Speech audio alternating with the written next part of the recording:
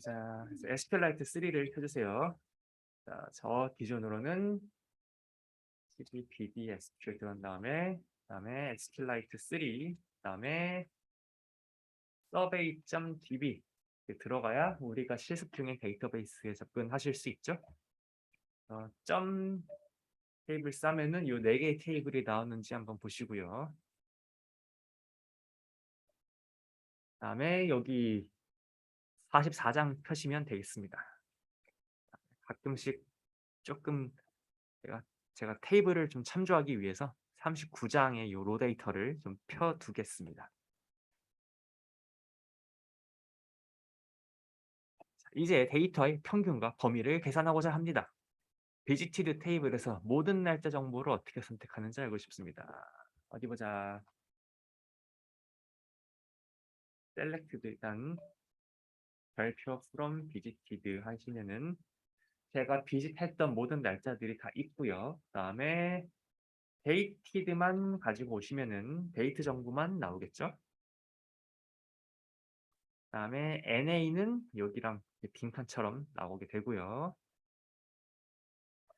이제부터 요약을 하고 싶으면은 내가 요약을 시키고 싶은 행에 대해서, 열에 대해서, 내가 요약을 하고 싶은 필드에 대해서 집합 연산을 적용해야 됩니다. 자, 여기서 집합은 set은 아니고 aggregation의 한국어 번역입니다. 그래서 그냥 그 별다른 혼동의 여지가 없으면 저는 aggregation이란 말을 좀 쓰고 싶습니다. 자, select mean dated 밑으로 그냥 어디로 보낼 수 없나? 잠깐만요. 있죠. from visited 한번 해보시죠. 뭐만 나와요?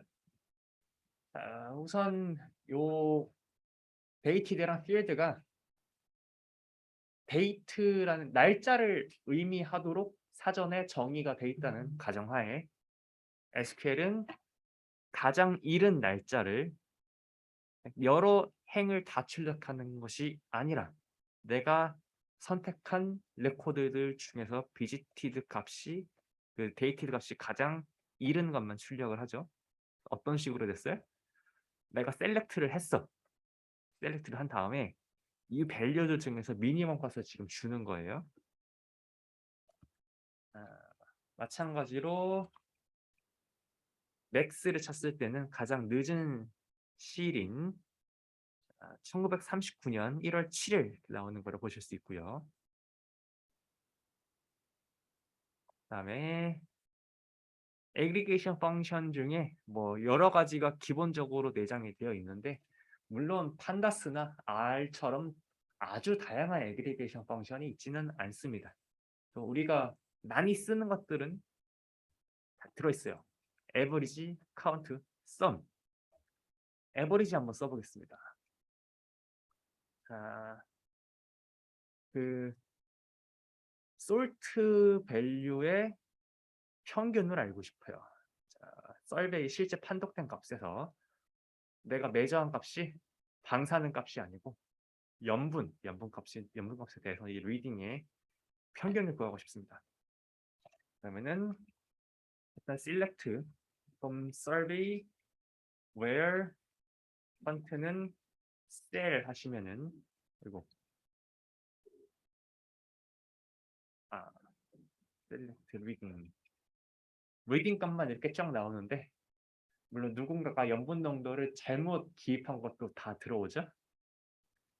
요 쿼리들이 다 잘 나오면은 요 집합 함수 aggregation 펑션의 역할은 뭡니까? 나오는 값을 집계해주는 역할을 합니다. sum은 더해주고 average는 평균을 나누어 주고 평균으로 만들어 주고요. 자, 그래서 누군가가 잘못 기입한 값 때문에 지금 소금의 농도가 지금 720%가 됐죠. 그래서 아마 조금 좀 고칠 필요가 있을 것 같기는 하고 다른 것도 한번 해보죠. 평균값 말고 몇 개 있는지 셀 수도 있습니다. 9개 있고요. 그다음에 sum은 아까 했으니까 넘어가고요.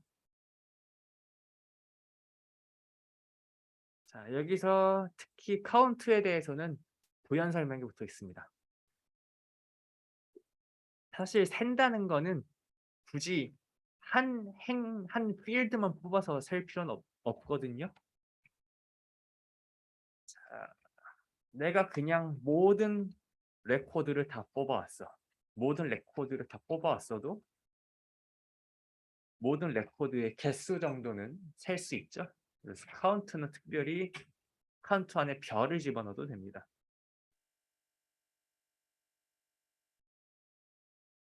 그리고 SQL은 여러 번의 애그리게이션도 다 한 번에 수행합니다. 예를 들어서 우리가 0분의 평균을 갖고 오고 싶다고 합시다. 원래 그 SQL이라는 게 여러 필드를 중복해서 여러 번 택해서 가지고 올 수도 있잖아요. 가지고 올 수 있는 것처럼 어, 집합 연산을 먹인 값도 같은 필드에 대해서 여러 애그리게이션 펑션을 적용하셔서 다 뽑아오실 수 있습니다.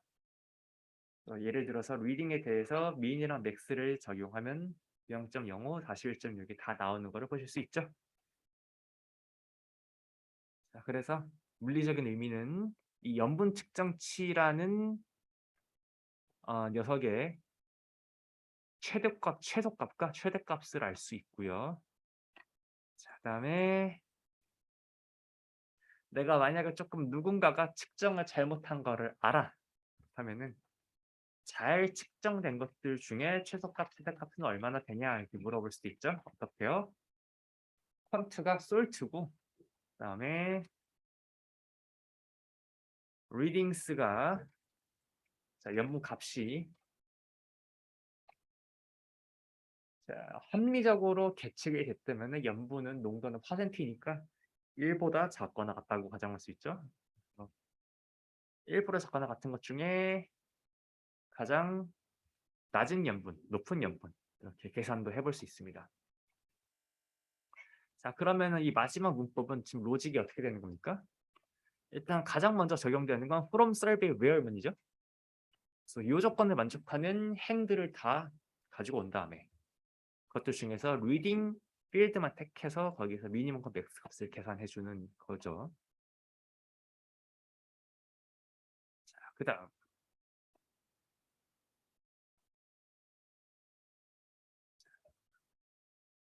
서베이에서 별표를 이런 식으로 써볼 수도 있어요.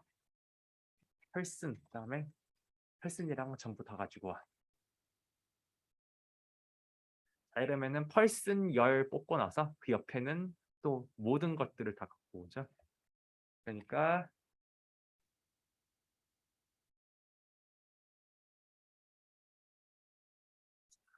그러면 이건 어떻게 될까요? person은 1, 2, 3, 4, 5, 6, 7 7개의 값을 주고 카운트 별 하면은 7이라는 스칼라만 나오죠. 자, 그러면은 우리의 상식적으로 우리의 상식에서 봤을 때 요거는 작동하면 안 될 것 같아. 얘는 길이 7짜리 이 레코드를 주고 얘는 7개의 레코드를 주고 얘는 하나의 레코드만 주잖아요. 그러니까 둘이 길이가 안 맞으니까 리턴이 되면 안 될 것 같은데 어떻게 되죠?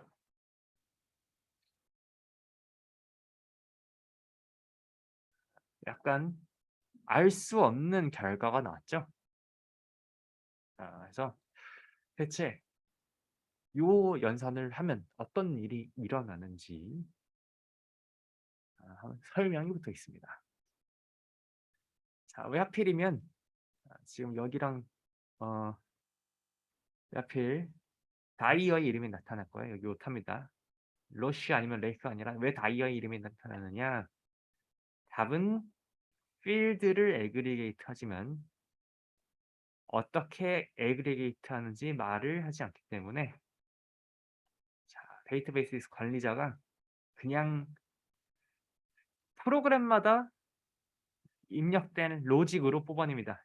예를 들어서 데이터베이스 매니저에 따라서는 지금 예, 길이 7자리랑 여기 7 이렇게 옆에 7 이렇게 붙어 있으니까 처음 거를 이렇게 보여줄 수도 있고요. 에스컬레이터는 이렇게 된 거고 7이 만약에 마지막에 이렇게 있으면은 레이크랑 7을 줄 수 있습니다. 이거는 SQL 문법이 디자인될 당시까지 되진 않아. 그 이거까지 신경 쓰진 않았고 이거는 데이터베이스 매니저에 따라 다르다고 해요. 자, 그래서 우리 입장에서 봤을 때 이거는 그냥 조금 이상한 구문입니다. 이런 구문은 쓰지 않도록 조심합시다. 네. 쓸 거면은 그다음에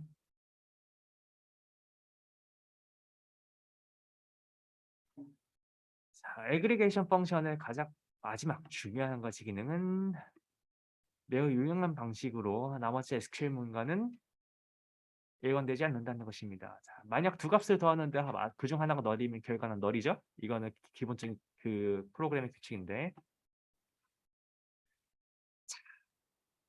그렇다면 이거 생각해 볼 수 있죠. 그러면 이렇게 썸을 매길 때도 썸 더하기 널 더하기니까 산술적으로는 얘네들을 모두 더하면은 널이 나와야 될 것 같아요. 자, 기본적으로 R이나 파이썬도 그렇죠. 널이나 NA가 들어있는 거 한번 더 모두 썸하면은 일단 NA 뜹니다. 근데 우리가 보통 커스텀하게 어떤 옵션을 먹이죠? NA.RM은 true 이런 거 먹여가지고 널이나 NA 들어있으면은 널이 아닌 것만 더해주세요 하고 저희 커스텀하게 옵션을 넣어주죠. 자, 그래서 어차피 이건 데이터베이스를 관리하기 위해 만들어진 언어이기 때문에 아까 보시면 알겠듯이 아까 데이티드에서 사실 우리가 비지티드 테이블에서 데이트 갖고 올 때 맨 처음에 널이 있었죠. 있었음에도 불구하고 애그리게이션 펑션 먹었을 때 어떻게 됐어요? 값이 나왔죠. 이게 뭐냐면은 SQL 쿼리는 기본적으로 널이 있는 거는 SQL의 그 애그리게이션 펑션은 기본적으로 널을 무시하고 집계를 한다는 것을 짐작할 수 있습니다. 아니 그러면 다른 것도 마찬가지인가? 예를 들어서 하나만 더 확인해 봅시다. 자, 예를 들어서 이 서베이 테이블에서 여기 아이디 번호 있죠? 아이디 번호. 어디 보자.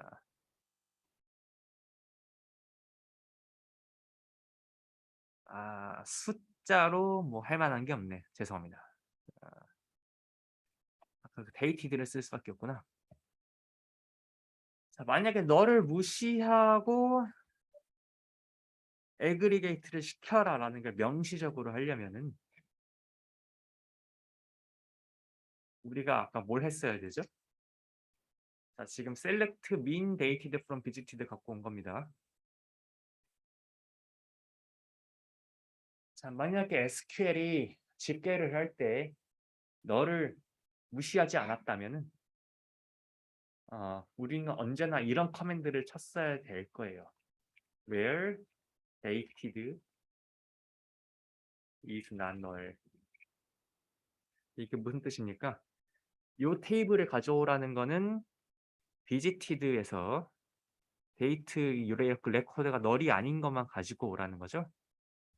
그거를 먹인 다음에 민데이티드를 가지고 와야 되는데 그냥 가지고 오나 not 널만 가지고 오나 연산 결과는 늘 같습니다. 늘 명시적으로 집계할 때는 not 널을 명시할 필요가 없어요.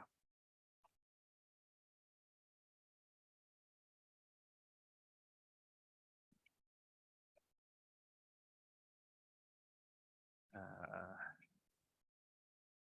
여기까지 집계의 애그리게이션의 가장 기초적인 사용법을 익혔습니다. 첫째, 집계를 매기려면은 조금 결과적으로 길이가 같아야 된다. 둘째로 미싱이 있어도 집계는 미싱을 무시하고 기본적으로 진행된다. 자, 다음에 할 것은 보시면 알겠지만 이제 조금씩 우리의 실제적인 니즈에 맞춰줄 겁니다. 사람에 따라서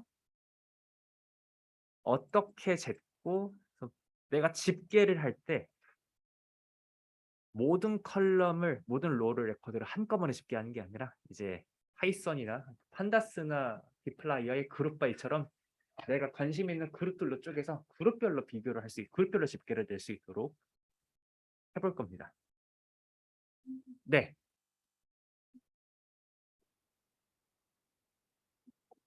꺼졌어요? 잠깐만. 자, 켰었는데. 아이고. 중간에 꺼졌나요? 원래 안 켜져 있었어요? 녹화 재개할게요.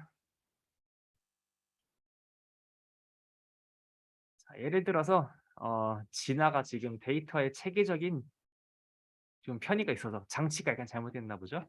다른 과학자의 방사선 측정치가 다른 사람의 것과 비교하여 높다고 의심된다고 가정합시다. 그러면은 이런 쿼리 한번 생각해 볼 수 있죠. 자, select person,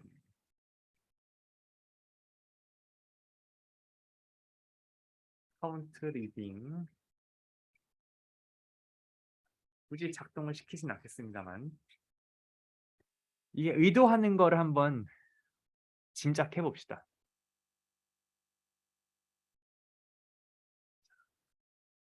이게 보통 스택 오버플로우 같은데 보시면은 이런 코드 작동해야 될 것 같은데 안 돌아가요 하고서 이제 자기가 의도한 의도를 좀 설명을 하고 그다음에 자기는 이런 게 돌아갈 줄 알았다 하고서 보통 올리죠.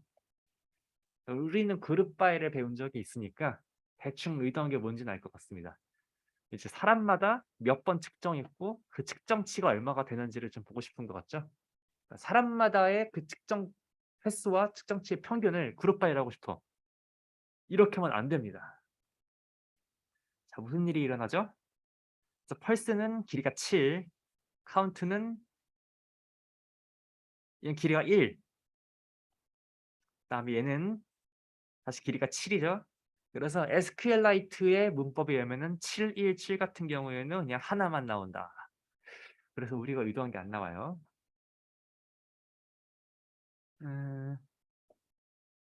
그러면 이런 건 어때요? 우리한테는 5명의 과학자가 있으니까 자, 펄슨이 다이어인 경우에 자, 펄슨 그러면은 길이가 2가 되겠죠. 길이 2짜리, 길이 1짜리, 그다음에 이건 길이 2인데 이거는 길이가 1이죠? 죄송합니다. 위에도 길이가 1이죠. 711이야. 밑에는 211입니다. 그래서 이렇게 하면은 뭐 약간 좀 요상하기는 하지만 다이어라는 사람이 방사선을 측정한 값을 줄 수는 있기는 해요. 하지만 이것도 우리가 원하는 게 아닙니다. 우리의 데이터베이스는 5명의 과학자만 있기 때문에 여기 이름을 다이어랑 로 이런 걸로 바꿔나가면서 저 테이블을 뽑으면 되겠지만 이렇게 조금 대규모 연구 프로젝트라서 과학자가 5,000명이면 언제 이렇게 펄슨을 5,000번 바꾸고 있습니까? 우리는 이런 것보다 조금 더 체계적인 과학자별 집계 방식을 원해요. 즉 우리는 체계적으로 SQL에서 그룹 바이로 질의하는 방법을 원합니다. 자, 이것과 같이 해볼까요?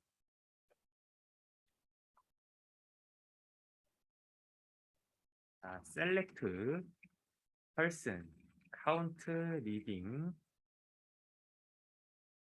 round average reading to. 자, 이것부터 봅시다. 다음에 엔터로 좀 구분하겠습니다. from survey 길어지기 때문에 여러 줄로 치겠습니다.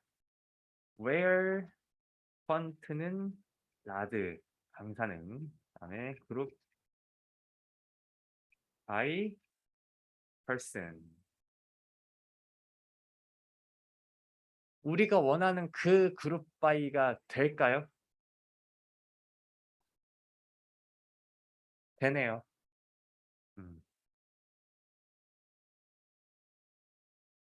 자, 어떻게 된 거죠? 원래 펄스는 다이어, 라이크, PB, 로 이렇게 있었죠. 다이어에 대해서 펄스는 다이어, 그다음에 카운트 리딩, 그다음에 라운드 에버리지 리딩 컴마 2 이런 식으로 있었을 텐데 자, 임의로 이 첫 번째가 택해져 가지고 지금 에스컬레이트로 지금 온 것이겠죠. 그다음에 레이크랑 PB랑 로한테도 이 똑같은 규칙이 적용돼 가지고 하나, 둘, 셋, 네 개가 결론적으로 나왔습니다.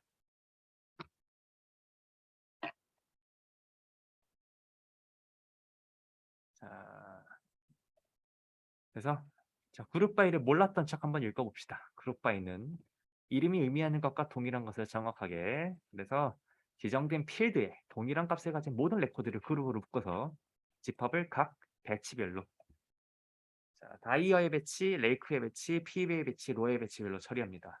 각 배치 여기 이거 배치가 그 한국어 배치가 아니고 영어의 배치겠죠? 각 배치의 모든 레코드는 펄슨 값에 동일한 값을 가지고 있기 때문에 자 레이크 이게 다이어 동일하기 때문에 데이터베이스 관리자가 임의의 값을 잡아서 집합된 리딩된 값과 함께 표시하는지는 더 이상 문제가 되지 않습니다. 자, 한 번에 다중 기준으로 정렬했듯이 기준을 다중으로 묶을 수도 있습니다. 예를 들어 과학자와 측정 수령에 따라 평균 측정 값을 얻기 위해서는 그룹 바이 절에 다른 필드를 이렇게 한번 추가해 볼 수 있습니다.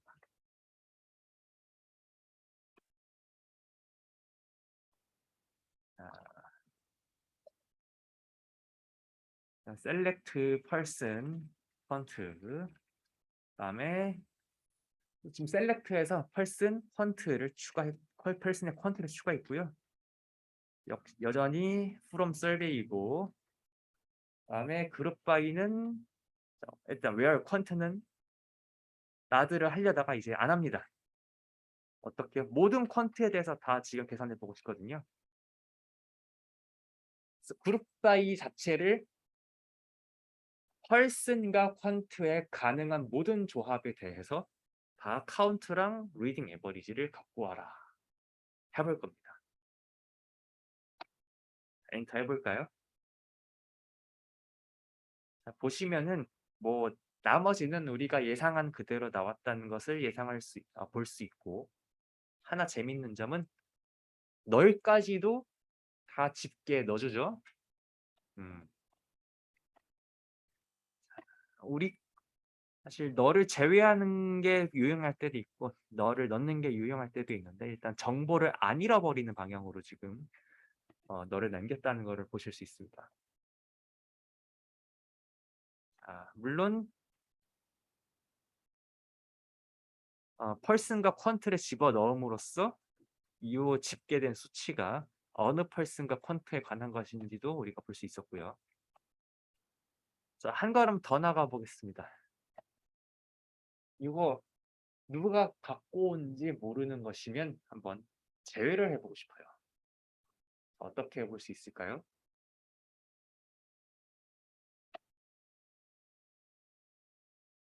자, 맨 처음에 테이블을 가지고 올 때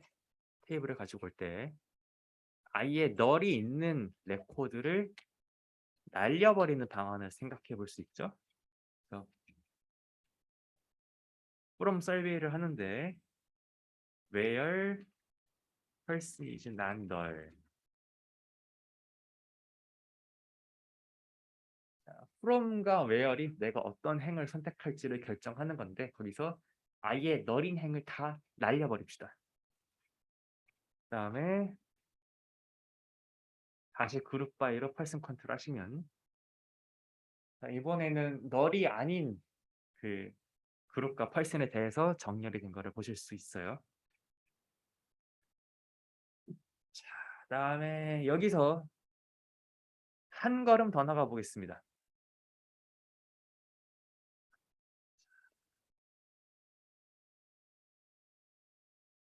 select from where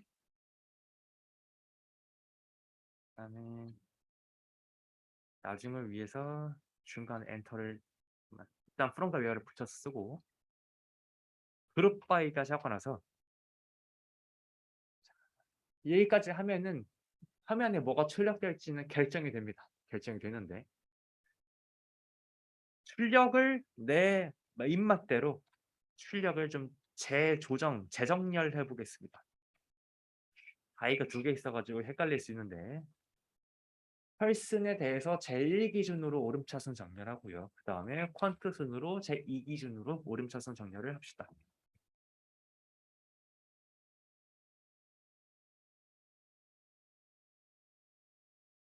그러면 사실 맨 처음부터 이미 기본 정렬이 돼 있긴 했는데 만약에 정렬이 되어 있지 않다고 해도 만약에 정렬이 되어 있지 않았으면은 이제 펄슨과 퀀트 순으로 정렬이 잘 될 수 있겠죠. 그래서 요 쿼리를 한번 살펴보겠습니다. 우리가 지금까지 배운 그 쿼리문을 한꺼번에 조합을 해본 겁니다. 보통 우리가 쓸 쿼리는 요 5개의 조합일 건데 맨 처음부터 이렇게 복잡한 거를 다 짤 필요는 없고 조금씩 쌓아 나가면 됩니다. 자, 면밀하게 살펴봅시다. 이 쿼리는 일단 서베이 테이블에서 아이고 네 펄슨이 널이 아닌 레코드를 선택한다. 지금 뭐 번역한 거예요? From survey where person is not null 지금 번역한 거죠? 다음에 상기 레코드를 부분 집합으로 그룹 지어서 이 레코드를 지금 펄슨을 컨트로 부분 집합으로 그룹 지었어요. 그래서 각 부분 집합에서 그 펄슨과 컨택 값은 같아요. 다음에 펄슨으로 이 부분 집합을 정렬하고 나서 그다음에 컨트로 각 하위 그룹 내에서도 정리합니다. 제가 설명을 잘못했습니다. 셀렉트가 먼저 들어가는 게 아니라 오더 바이가 먼저 들어가네요. 자, 그래서 from where 하고서 그룹 바이까지 된 다음에 자, 그룹 바이는 일단 컴퓨터가 내재적으로 알아듣는 것이고 명시적으로 테이블을 정렬하는 건 오더 바이입니다. 오더 바이로 이 하위 그룹 내에서도 값을 정렬하고 정렬된 테이블을 어떻게 사람들한테 보여주느냐 각 부분 집합의 레코드를 세고 평균을 계산하고 그다음에 퀄슨이랑 퀀트 붙여서 주게 됩니다. 그다음에 어휴 갑자기 도전 과제가 4개나 등장하죠.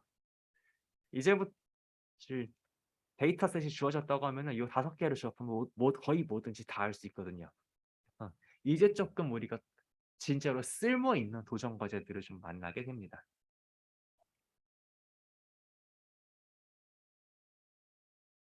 여기서 한 3개 정도만 같이 풀어보고 나머지 2개는 각 4번은 각자의 그 몫으로 남기겠습니다.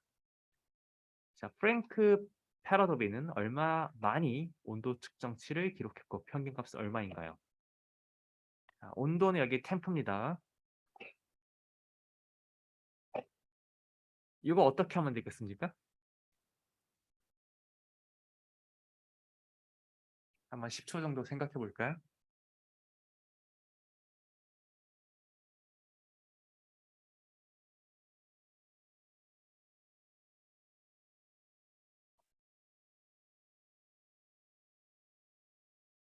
자, 뭐 여러 가지 방법이 있겠지만 가장 간단하게 해보면은 일단 from survey는 해야겠죠?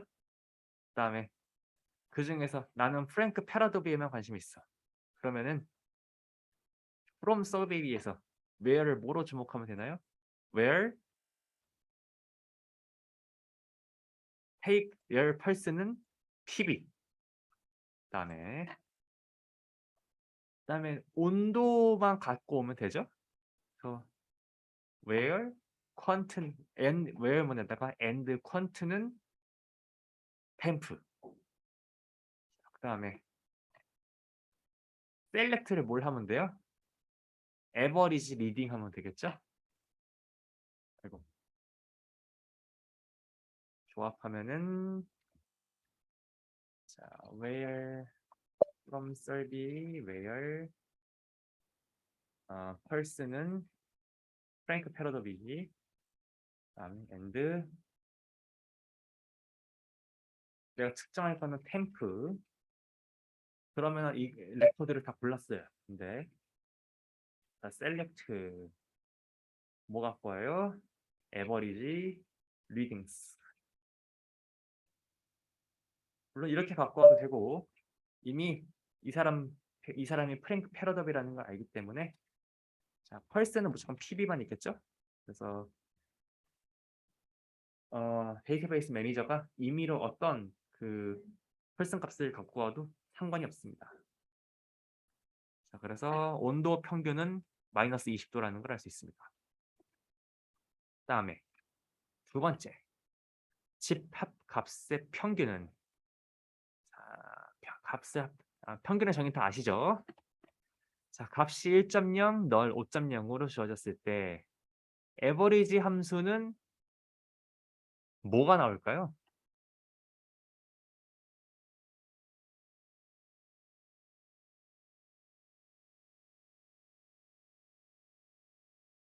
자, 규범적으로는 뭐가 나와야 됩니까? 여러분들이 원하는 건 몇이에요? 자, 우린 통계학과잖아요. 자, 널 빼고 평균을 내면 뭐가 나오면 좋겠어요?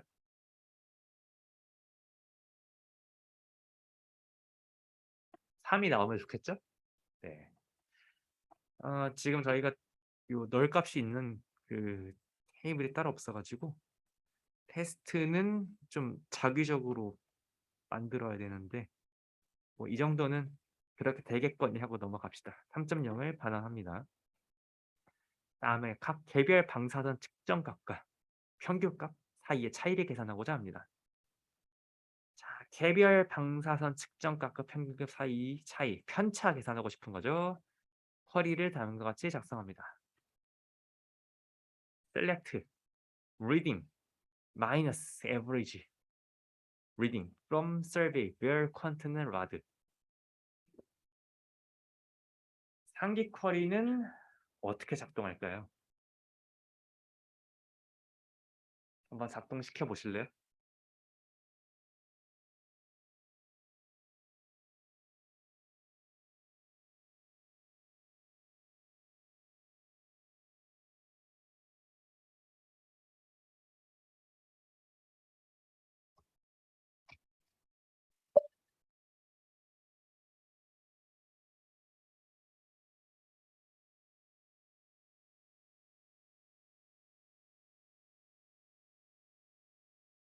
우리가 원하는 게 나오나요?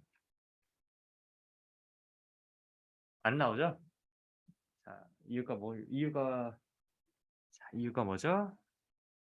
자, 퀀트가 라드인 거는 자, 예를 들어서 이게 몇이냐?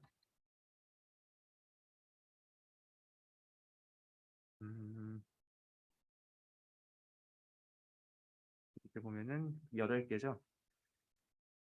그러니까 지금 연산을 먹을 때 여기 에버리지는 길이가 1이고 리딩은 길이가 8이에요. 판다스나 넘파이나 알 쓸 때가 좋았죠.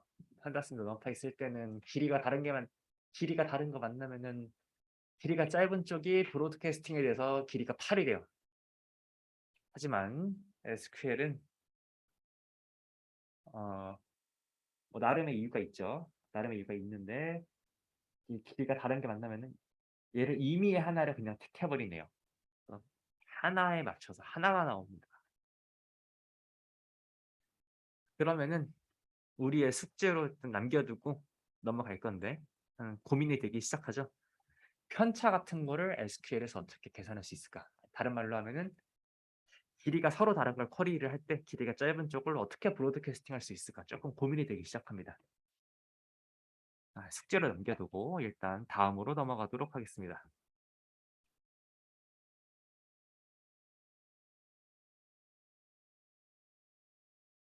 여기까지 해서 집합과 그다음에 집합이 있을 때 찰떡으로 같이 등장하는 그룹 바이까지 같이 봤고요. 이제 데이터 결합으로 넘어가겠습니다. 일단 기억할 것은 애그리게이션 펑션은 일단 널은 무시하고 그다음에 필터링을 먼저 한 다음에 그러니까 where를 한 다음에 그다음에 애그리게이션이 일어난다. 자, 여기까지 봤고요. 넘어가겠습니다. 데이터 조인시키기.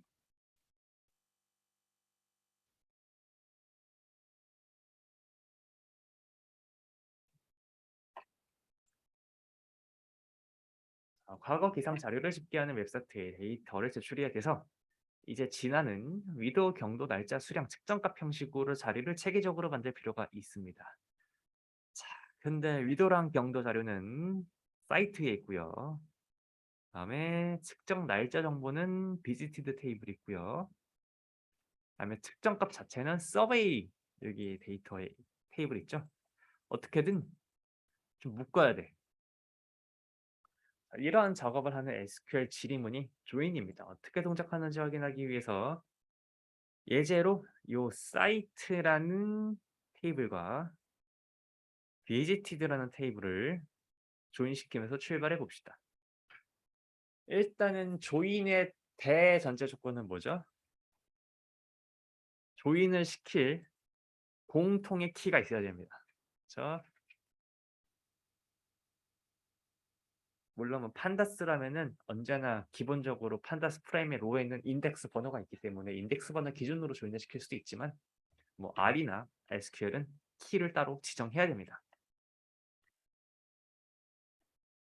이렇게 한번 해봅시다. 가장 간단하게 select 별표 from 자, 데이터베이스의 그 테이블의 조합을 조인을 여기 from에서 한번 실현시켜 보죠. 사이트 조인 비지트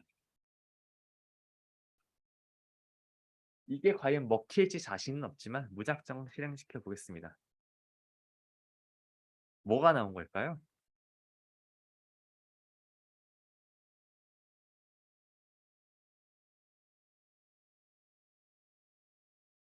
여러분 보시기엔 뭐가 된 것 같아요? 자, 카운트 세면 24개죠? 사이트 비지티드 어디 보자. 어떻게 24개의 레코드가 나오게 됐을까? 3, 8, 24 같지 않나요? 어떻게 된 거예요? DR1 하나에 그냥 비지티드 8개 레코드를 싹 다 붙여놨네요. DR1 레코드 하나에 8개 지금 붙여놨고요. DR3에다가 8개 붙여놨고요. MSK에다가 8개 붙여놨습니다. 물론 우리는 가끔 이런 모든 가능한 경우의 수를 다 만들어 볼 필요도 있지만 우리가 원하는 건 이게 아니죠. 자, 그래서 어떻게 조금 우리가 원하는 저 DR 키로 이용해서 어떻게 조합해 볼 수 있을까 고민은 되는데 일단은 좀 읽어보겠습니다. 조인 자체는요 두 테이블을 크로스 프로덕트 합니다. 크로스 프로덕트 한다는 거는 그 경우의 수의 고유 법칙처럼 모든 가능한 경우의 수를 다 출력한다는 거고요. 그래서 결과 3, 8에 24가 되고요. 그다음에 출력은 6개의 필드가 됩니다.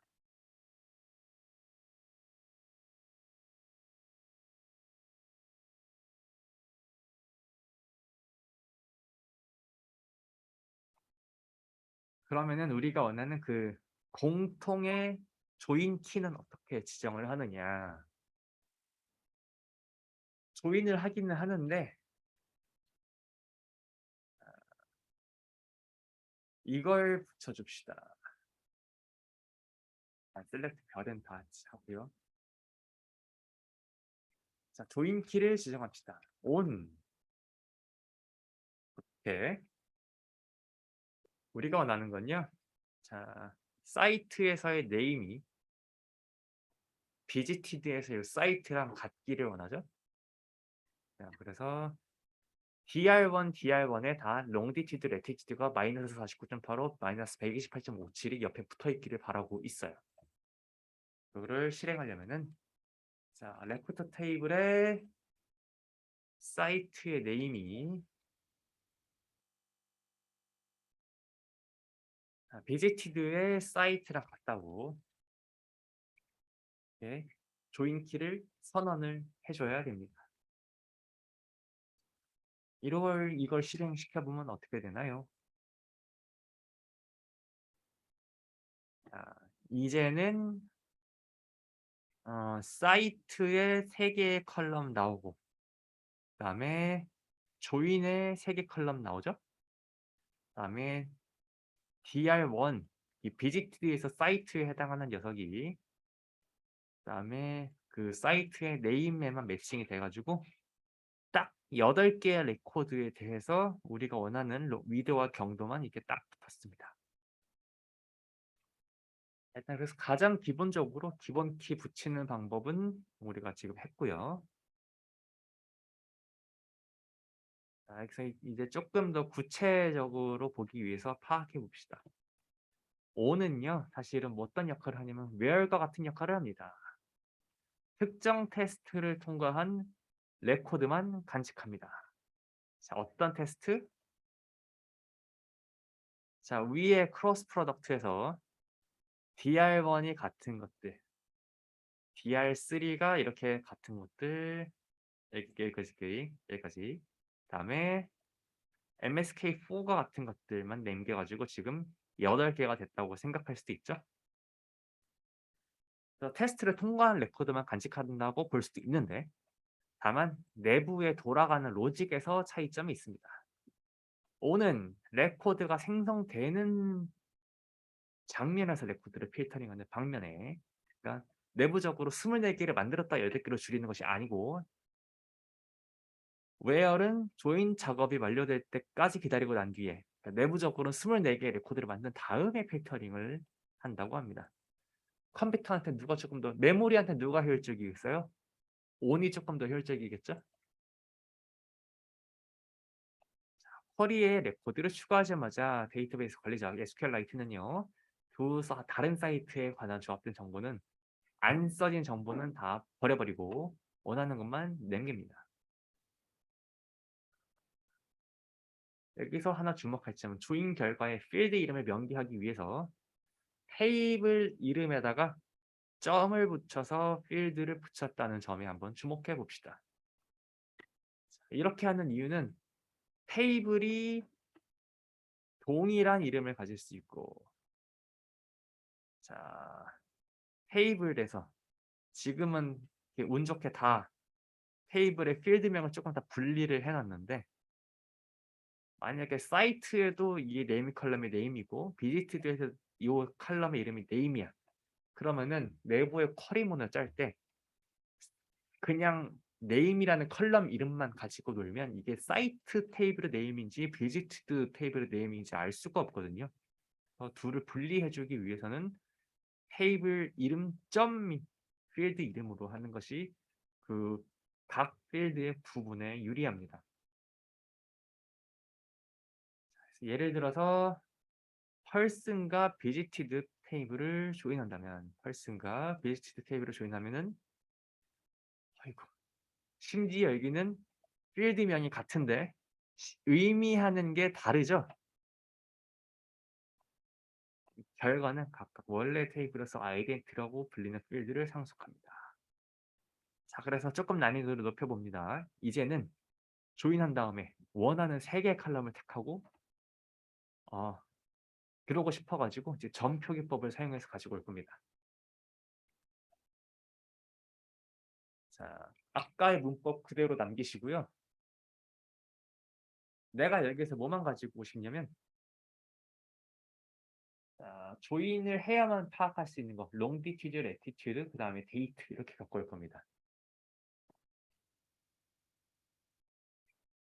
그러면은 레티튜드, 롱디튜드, 데이티드 이렇게 갖고 오면은 뭐 지금은 다 이미 컬럼 이름들이 다 달랐기 때문에 뭐 별다른 오류 없이 작동하기는 하는데 나중에 조인하는 테이블들의 이름이 같을 경우를 대비하기 위해서 습관적으로 이렇게 합시다. 원 소스의 테이블 명을 꼭 명기해 줍시다. 결론을 갔죠?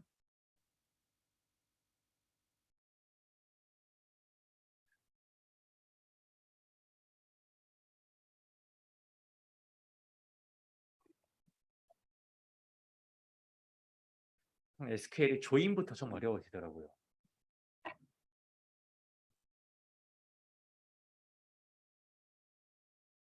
여기까지는 잘 이해가 됐기를 바라고요. 조금 더 복잡한 거 해보겠습니다. 만약 두 개의 테이블을 조인하는 게 좋은 경우에 우리가 두 개의 테이블을 조인을 하는 걸 하고 있는데 사실 저기에 이 연구자의 미션을 생각해 보면 한 서너 개 이상의 테이블을 더 조인해야 되죠. 그러면 내가 조금 근본 없이 코드를 짜서 요렇게 한번 해볼 수 있습니다. 임의 개수의 테이블을 내가 조인할 수 있어요. 뭐예요? 어차피 내부적인 그 논리는 어떻게 되는 거예요? 조인 하면은 경우의 수에서 곱의 법칙으로 3 곱하기 8 곱하기 7 이런 테이블 다 만든 다음에 거기서 특정 이퀄리티 만족하는 것만 쏙 빼오는 개념이잖아요. 그러니까 문법적으로는 아무런 하자가 없습니다. 작동은 해야겠죠? 일단 셀렉트 별 하고세요. from site join visited join survey 상당히 롱 테이블이 되겠죠? 여기까지 하면 엄청나게 길게 나오고 이거 말고 이 모든 걸 갖고 오기 전에 on을 통해서 사전에 필터링을 시킵시다. 어떻게? 사이트의 네임이랑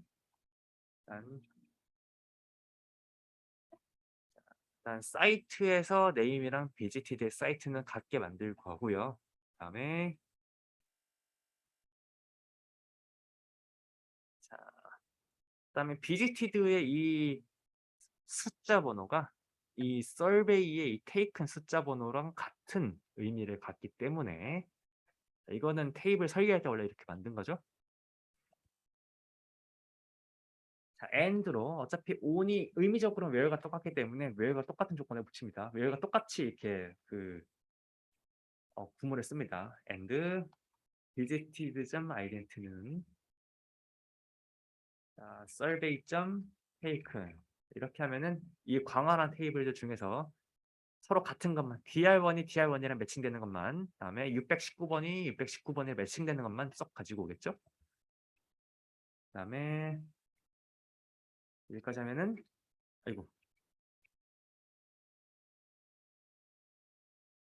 제가 뭘 잘못했죠? 제가 셀렉트를 안 갖고 왔구나. 셀렉트 별표 from join survey 그다음에 여기까지 하면은 뭐 다 나오긴 해야 되겠죠. 나오긴 해야 되는데 추가적으로 셀렉트도 하고 from도 하고 on 조건도 하는데 나는 이걸로 만족시키지 않아. and visited date가 널이 아니었으면 좋겠어.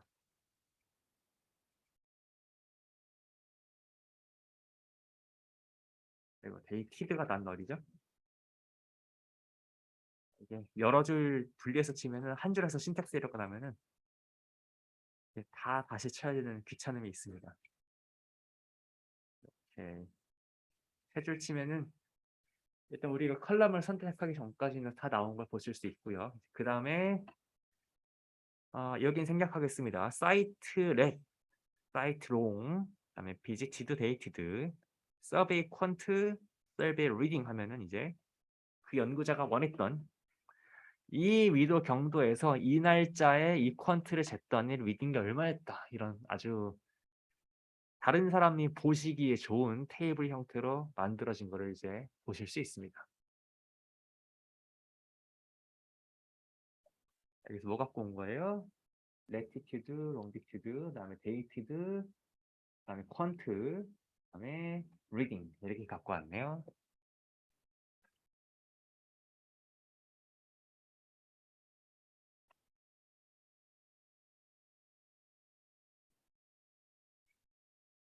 자, 넘어가겠습니다.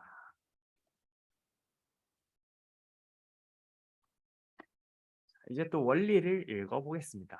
사이트, visited, survey 테이블에 어느 레코드가 서로 대응되는지는 우리가 뭐 직관적으로 이 테이블 보고서 분간은 할 수 있어요.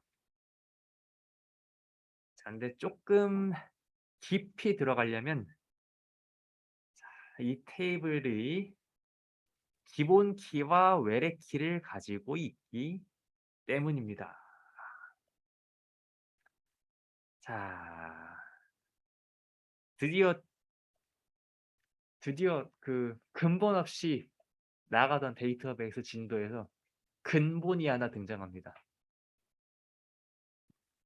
요거는 우리가 그 데이터 분석하는 사람들도 기억할 필요가 있어요. 자, 각 테이블에서 이 필드를 지정할 때는 필드에서 기본 키 역할을 하는 녀석과 외래 키 역할을 하는 녀석들로 나눌 수가 있는데, 일단 기본 키가 제일 중요합니다. 기본 키는, 자, 기본 키가 꼭 하나의 필드일 필요는 없고 그 여러 필드를 조합한 것도 될 수 있는데, 아무튼 기본 키는 이걸 만족시켜야 되는데 뭐냐면은 각 테이블의 각 레코드를 유일하게 식별할 수 있는 역할을 해주는 역할이 하는 그 필드나 필드의 조합이 기본 키입니다. 자, 이그젬플을 한번 볼까요? 펄슨. 자, 펄슨은 아이덴트 하나의 컬럼만 있어도 각 컬럼들이 다 서로 다른 이름을 가지고 서로 다른 레코드를 대응시킬 수 있죠. 그래서 펄슨 테이블은 아이덴트 자체도 기본 키가 될 수 있습니다.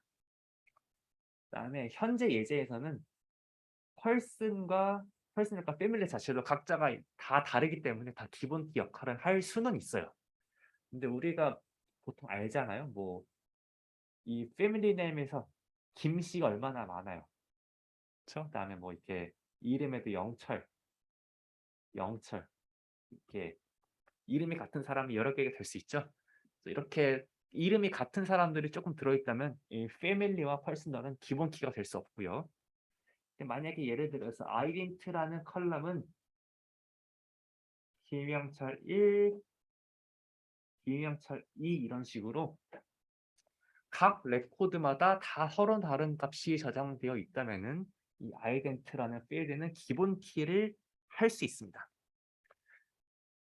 자, 그래서 보통 여러분들이 다른 데이터베이스들이 어떻게 생겼는지를 뭐 이렇게 다이어그램 같은 걸로 좀 다른 사람한테 좀 보여줄 기회가 있으실 텐데, 아니면 다른 사람들이 내 데이터베이스 이렇게 설계했어 하고 데이터베이스에 어떤 다이어그램 같은 걸 줄 텐데, 그 다이어그램 보면은 기본 키는 어떤 필드인지, 기본 키에 해당하는 게 어떤 칼럼인지 지정이 되어 있습니다.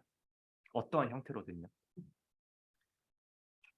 그래서 굳이 우리가 데이터베이스의 내용물을 보지 않고서 쿼리와 조인을 누구를 기준으로 할지 좀 결정을 할 수 있는데, 그게 다 그 다이어그램을 소통할 때 기본 키가 누군지 지정이 되어 있기 때문입니다.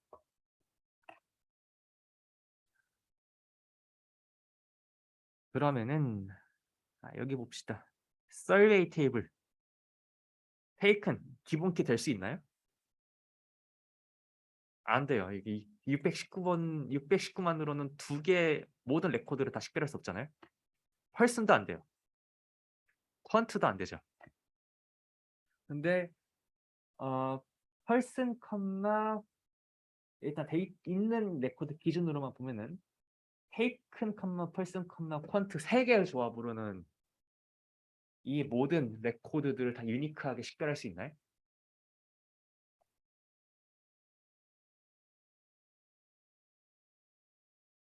그거에 대한 대답은 예스죠.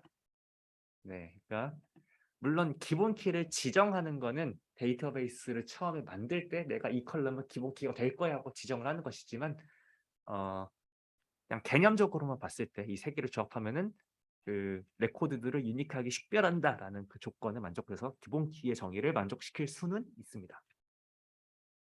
자, 여기까지가 기본 키였고요. 그다음에 외래 키는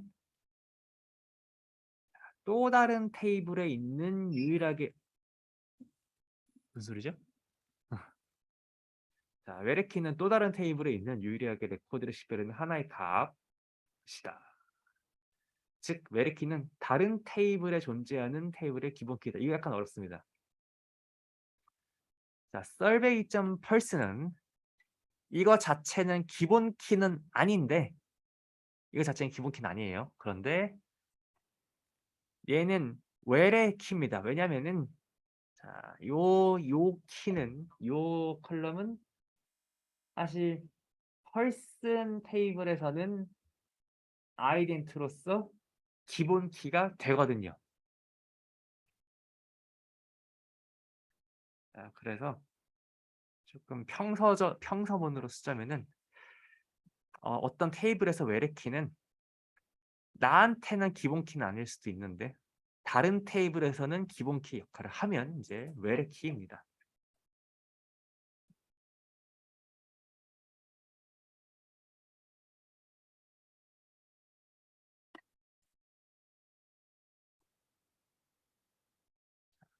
외래 키가 왜 필요할까요? 이게 기본 키가 없는 테이블이면은 외래 키라도 있어야 얘가 어디서 온 사람인지 매칭을 시킬 수가 있죠.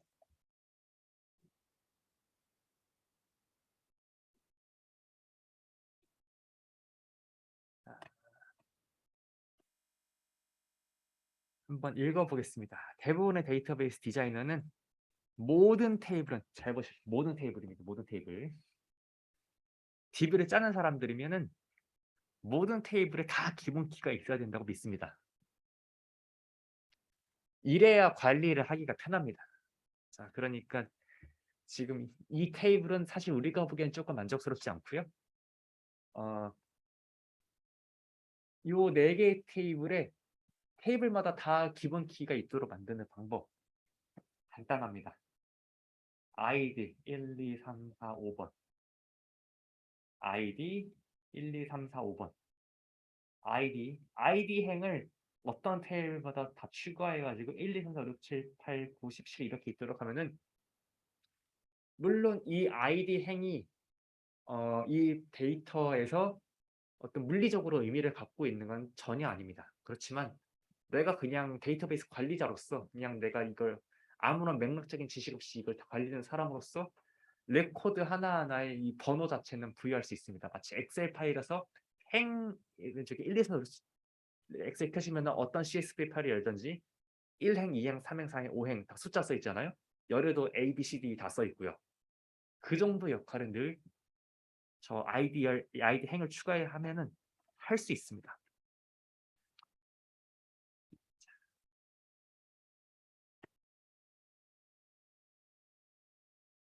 이런 그 실무적인 물리적인 의미가 없는 기본 키가 또 필요한 이유가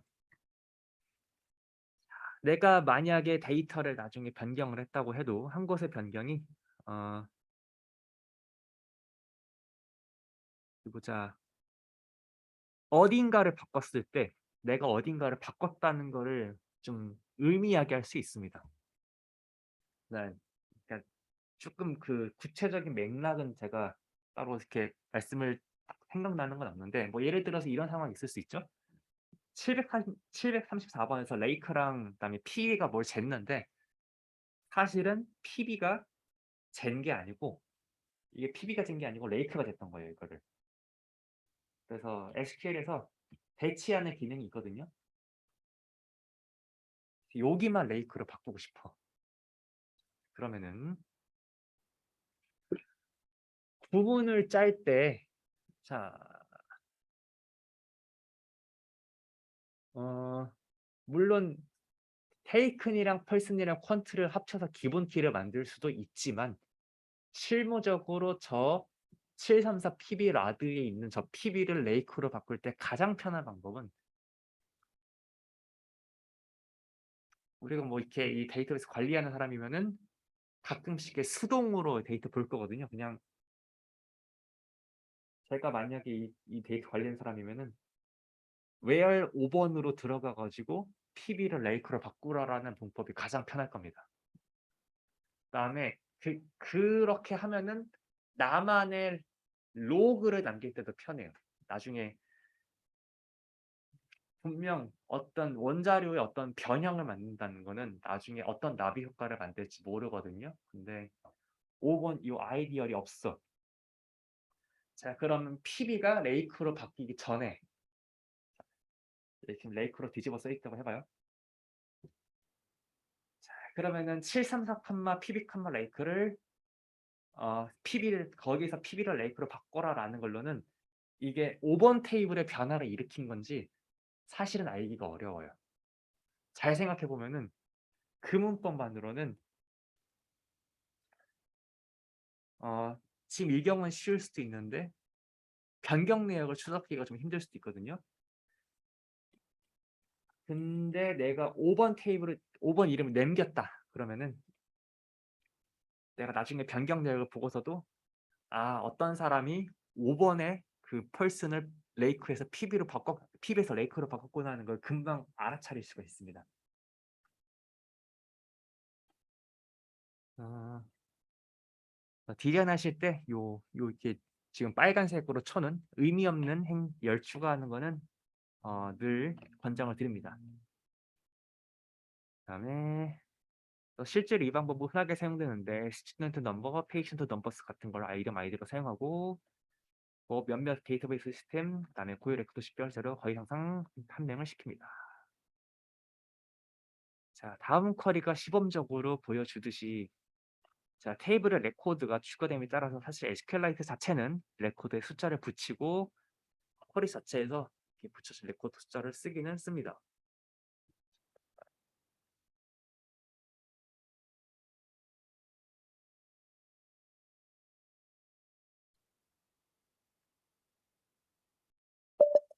한번 써볼까요? select row ID 발표 from person 하시면은 우리가 모르고 있었던 엑셀에서 그 행 번호 역할을 하는 번호가 어디선가 튀어나오는 것을 보실 수는 있습니다. 근데 이것보다는 그냥 이 데이터베이스 자체에 이 아이디가 있는 게 편해요.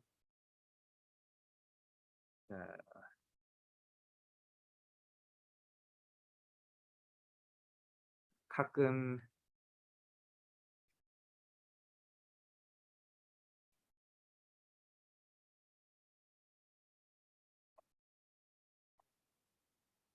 자, 이제 여기만 보고서 거의 수업 마칠 수 있을 것 같습니다. 조인하려다 보니까 어쩔 수 없이 데이터를 깔끔하게 만드는 방법을 얘기를 안 할 수가 없어요. 자, 그래서 우리가 손을 잘 씻자 이런 것처럼 그 데이터에서도 손을 잘 씻자 같은 규칙이 좀 이게 꼭 맞다 틀리다는 아닌데 지키면 좋고 안 지키면 나중에 조금 불편할 수 있는 지점입니다. 그래서 위생이라는 말을 붙였어요. 자, 지금까지 어떻게 조인이 동작하는지 살펴봤으니까요. 왜 관계형 모듈이 그렇게 유용한지 그리고 어떻게 잘 사용할 수 있는지 살펴봅시다. 자, 위생 규칙입니다. 첫 번째, 모든 값은 독립 요소로 분해할 수 없는 원자적인 속성을 지녀야 합니다. 즉, 구별해서 작업하고자 하는 부분을 포함하면 안 된다. 자, 잘 이해가 안 되죠? 조금만 더 읽어봅시다. 하나의 컬럼에 전체 이름을 넣는 대신에 별도로 구별되는 컬럼에 이름과 성을 저장해서 이름 컴포넌트를 뽑아내는 부분 문자의 연산을 사용할 필요가 없다. 좀 더 중요하게는 별도로 이름을 두 부분으로 저장해서 공백으로 쪼개는 것이 신뢰성이 약한 것에 비해서 더 신뢰성이 좋도록 이렇게 이름을 이렇게 통째로 저장하는 것보다는 이렇게 person, family 나눠서 저장하는 것을 추천한다는 겁니다. 사실 이거 자체는 우리가 이 last name, first name, middle name을 쓰는 문화권이 아닙니까? 이 예제 자체가 조금 우리한테 와닿지는 않을 수 있어요. 근데 한국적인 예제가 뭐가 있을지 모르겠는데 뭐 이를테면은 자, 그냥 우리는 이름 필드로 남궁민을 저장한다고 칩시다. 자, 그런데 이거를 이게 남궁민시인지 남궁민시인지 이것만 보고서 모르죠. 자, 그러니까 내가 만약에 뭐 그냥 평소에 뭐 내가 쇼핑몰 정도 운영하는 사람이면 모르겠는데 성이 필요한 장면이 어떤지는 모르겠는데 내가 뭐 자동화된 레터 이런 걸 써야 돼. 그래서 조금 내가 편하게 특히 여자분들이 뭐 유닉 같은 거나 아니면은 피렌체 식탁 같은 이런 뉴스레터 같은 걸 구독하시는 서비스를 쓴다고 하면은 친애하는 님께 이런 식으로 내가 한 사람 한 사람한테 이메일을 보낼 때 성씨는 빼고 이름으로 이렇게 불러주고 싶어요. 그럼 이럴 때 요 전체 이름 필드 말고 성과 이름을 분리하는 필드를 만들어야 나중에 이 서비스에 써먹기 좋겠죠. 그래서 이거는 맥락에 따라서 다르지만 내가 나중에 내 저장하는 정보를 내가 나중에 어떻게 쓸지를 염두에 두고서 내가 저장하는 정보를 통으로 저장하는 게 아니라 처음부터 조금 나눠서 저장하는 거를 고려해 보는 게 좋을 수도 있습니다. 자, 이를테면은 생년월일 같은 것도 지금은 측정 날짜로 이렇게 연, 월, 일로 데이트로 합쳐서 있는데 예를 들어 연, 월, 일로 나누는 게 더 편할 수도 있습니다.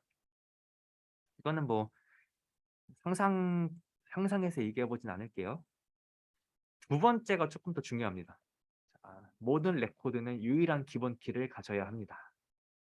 자, 그래서 오른쪽에 보시는 테이블은 사실은 그렇게 좋은 그 테이블은 아니고 빨간색처럼 그 레코드만의 유니크한 아이디까지 추가한 게 조금 더 우리가 관리하기 편한 테이블입니다. 자, 그래서 만약에 빨간색이 없었다면은 자, 이 기본 키는 내재적인 의미가 전혀 없는 1년 번호가 될 수도 있고요. 아니면 레코드의 값 중에 하나가 될 수도 있고요. 아니면은 유일하게 식별하기 위한 그 3중 값의 조합이 될 수도 있습니다. 자, 다음에 보자. 지우고 다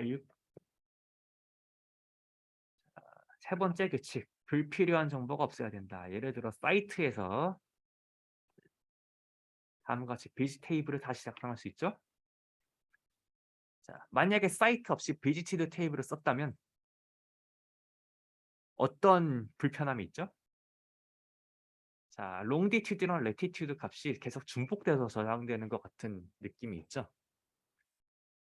자, 이거는 통계학자들은 이런 거 많이 씁니다. 그런데 통계학자들은 이게 바로 이렇게 분석하기 편하니까 많이 쓰는데 만약에 메모리와 CPU를 많이 신경 쓰는 그 큰 데이터베이스를 만지는 사람이려면은 이 정보가 중복해서 저장되는 게 상당히 비효율적일 수 있어요. 이렇게 중복되는 정보는 사이트라는 테이블을 독립적으로 만드는 게 더 효율적일 수 있습니다. 자, 이게 지금 통계학자의 시선이죠?